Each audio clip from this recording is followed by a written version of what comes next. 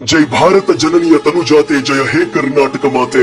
ಈ ನಾಡಗೀತೆಯನ್ನ ನಾವೆಲ್ಲರೂ ಹೆಮ್ಮೆಯಿಂದ ಹಾಡ್ತೀವಿ. ಆದ್ರೆ ನಮ್ಮ ನಾಡದೇವಿ, ಕನ್ನಡಿಗರ ಕುಲದೇವಿ ತಾಯಿ ಭುವನೇಶ್ವರಿಯ ಕಲ್ಪನೆ ಮೊದಲು ಹುಟ್ಟಿದ ಹೇಗೆ ಅನ್ನೋದು ಕೂಡ ಗೊತ್ತಿರಬೇಕು ಅಲ್ವಾ? ತಾಯಿ ಭುವನೇಶ್ವರಿ ದೇವಿಯ ಇತಿಹಾಸ ಇವತ್ತಿನದಲ್ಲ.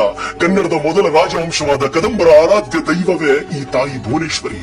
ಕರ್ನಾಟಕ ಸಾಮ್ರಾಜ್ಯ ವಿಜಯನಗರದ ಅರಸರು ಹಂಪಿಯ ವಿರೂಪಾಕ್ಷ ದೇವಸ್ಥಾನದ ಆವರಣದಲ್ಲಿ ತಾಯಿಯನ್ನ ಪ್ರತಿಷ್ಠಾಪಿಸಿ ಯಾವುದೇ ಯುದ್ಧಕ್ಕೆ ಹೋಗುವ ಮುಂಚೆ ತಾಯಿಯ ಪೂಜೆಯನ್ನ ಸಲ್ಲಿಸಿದ ಮೇಲೆನೆ ಯುದ್ಧದ ರಣಕಹಳೆಯ ನಾದ ಪ್ರಾರಂಭ ಆಗ್ತಿತ್ತು. ಉತ್ತರ ಕನ್ನಡ ಜಿಲ್ಲೆಯ ಸಿದ್ದಾಪುರದಿಂದ ಸುಮಾರು 8 ಕಿಲೋಮೀಟರ್ ದೂರದಲ್ಲಿರುವ ಭುವನಗಿರಿ ಎಂಬ ಸುಂದರವಾದ ಬೆಟ್ಟದ ಮೇಲಿದೆ 330 ವರ್ಷಗಳಿಗಿಂತಲೂ ಹೆಚ್ಚಿನ ಇತಿಹಾಸವಿರುವ ತಾಯಿ ಭುವನೇಶ್ವರಿ ದೇವಿಯ ದೇವಾಲಯ.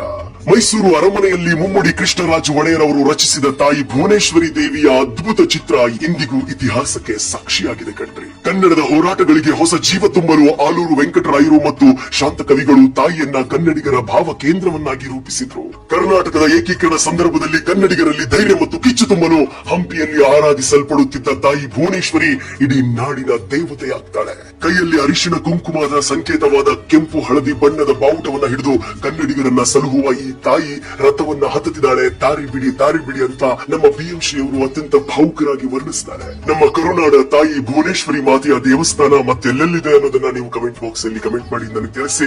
ಆ ತಾಯಿ ಭುವನೇಶ್ವರಿ ಮಾತೆ, ತಾಯಿ ಭಾರತ ಮಾತೆ ನಿಮ್ಮೆಲ್ಲರಿಗೂ ನಮ್ಮೆಲ್ಲರಿಗೂ ಒಳ್ಳೇದು ಮಾಡ್ಲಿ. ಖುಷಿಯಾಗಿ ಮತ್ತೆ ಸಿಗೋಣ. ಜೈ ಹಿಂದ್, ಜೈ ಭಾರತ, ಜೈ ಕರ್ನಾಟಕ.